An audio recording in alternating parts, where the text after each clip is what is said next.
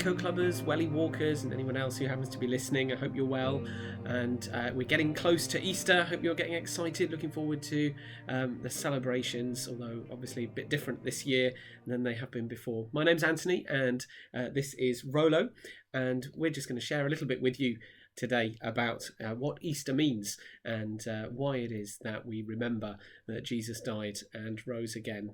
We're going to do this by going outside. The sun's shining, and we'll see you out there in a minute. So grab your wellies and your coats and come and join us. Off you go, Rolo. Right, so I've got my all-important wellies, I've got my coat, and the first thing we need to do is say our Welly Walk prayer. So Jesus is the tree of life. Help me grow in you with deep roots and strong shoots and good fruits to share with all the world. Amen.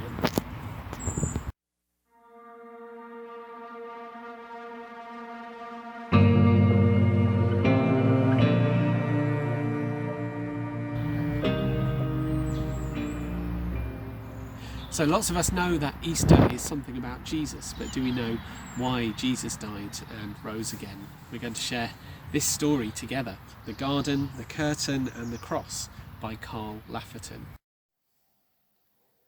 A very long time ago, right here in this world, there was a garden.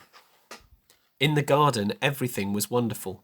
The world was full of laughing and playing and smiling and fun. There was nothing bad ever. There was no one sad ever. And best of all, God was there. Hello, Adam. Hello, Eve. He had made it all. He was in charge of it all. He loved it all. People could see God and speak to God and just enjoy being with God.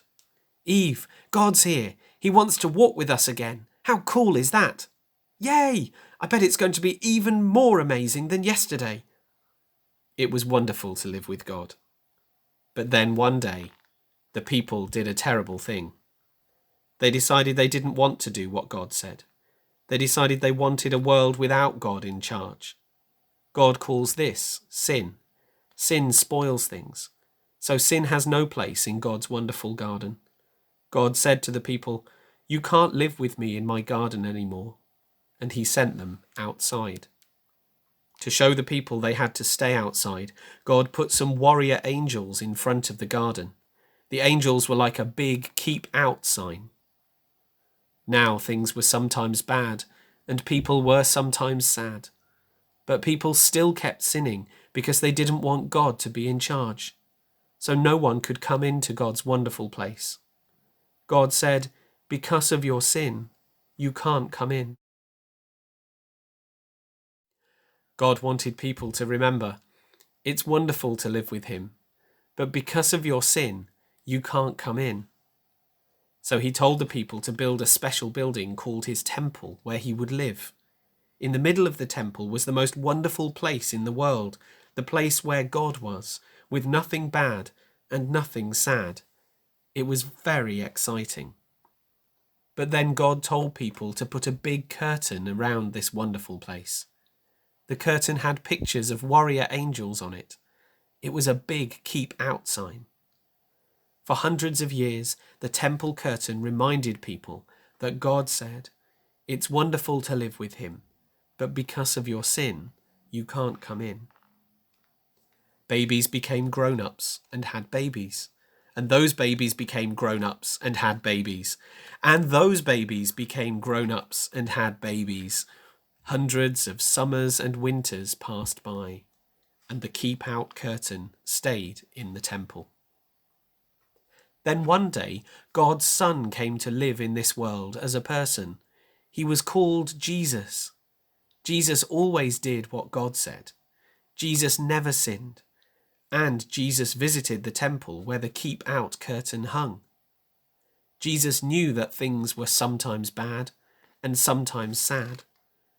Jesus said that God had sent him to open the way back to God's wonderful place, where there would be nothing bad and no one sad. But people still didn't want to let God be in charge, so they decided to put Jesus on a cross to die. It was the most bad thing that had ever happened. It was the most sad day of all time.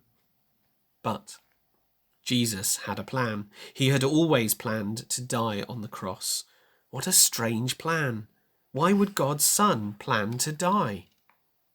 On the cross, Jesus took our sin. All the bad things we do and all the sad things they cause, Jesus took them all from us. And when he did, something amazing, astonishing, astounding happened. The curtain tore. God had ripped up the keep out sign. God's wonderful place is open again. Because Jesus died, we can go in. After Jesus died, his friends put him in a tomb. They were very sad. For 2 days, nothing happened. Then the next morning, Jesus' friends went to see his body in the tomb. And it wasn't there. A little later on, Jesus' friends were all together, and suddenly Jesus was there, alive. Suddenly his friends weren't sad. Now they were so happy. God had brought Jesus back to life so that he could live in God's wonderful place forever. And Jesus has sent everyone an invitation to come and live with him there too. He tells us, God says it's wonderful to live with him.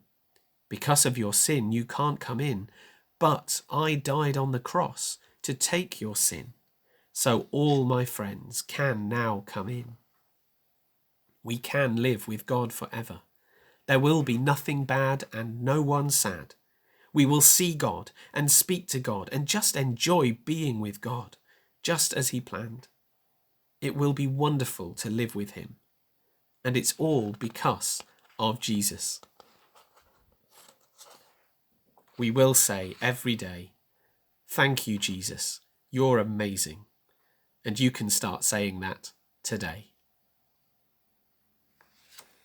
The Garden, the Curtain and the Cross by Carl Lafferton, illustrated by Catalina Echeverri.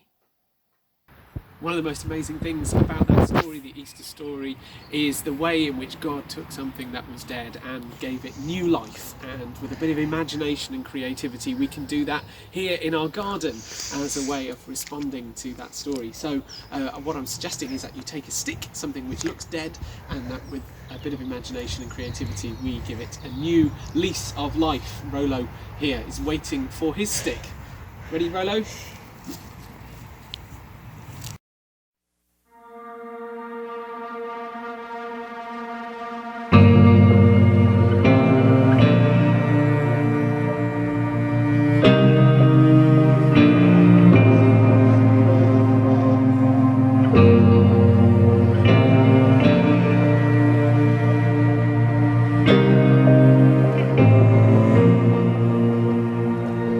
What kind of king is crowned with thorns, or robed in nakedness and shame,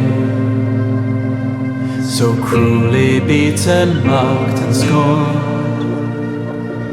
He bears the weight of all our blame. What kind of king would stand condemned, though innocent of every crime, in silence offer no defense, and take the place that should be mine?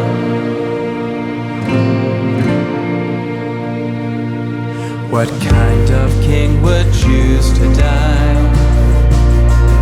yet 3 days later rise again, to win for us eternal life, and heal and free us in his name? And now this king is glorified, though still adorned with wounds of grace, and reigning at the Father's side, receives the angels' endless praise.